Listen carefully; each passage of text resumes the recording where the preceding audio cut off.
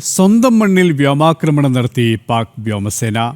ഖൈബർ പ്രവിശ്യയിൽ പഖ്തൂൺഖ്വയിൽ ഇന്നലെ അർദ്ധരാത്രി നടന്ന വ്യോമാക്രമണത്തിൽ 30 പേർ കൊല്ലപ്പെട്ടു. സ്ത്രീകളും കുട്ടികളുമാണ് കൊല്ലപ്പെട്ടവരിൽ അധികവും. ജനവാസ മേഖലയിലാണ് ആക്രമണമുണ്ടായത്. BLAയുടെ ശക്തി കേന്ദ്രമാണ് പഖ്തൂൺഖ്വ. കഴിഞ്ഞ ദിവസം സൈന്യത്തിന് നേരെയുണ്ടായ BLAയുടെ ആക്രമണത്തിൽ നിരവധി സൈനികർ കൊല്ലപ്പെട്ടിരുന്നു.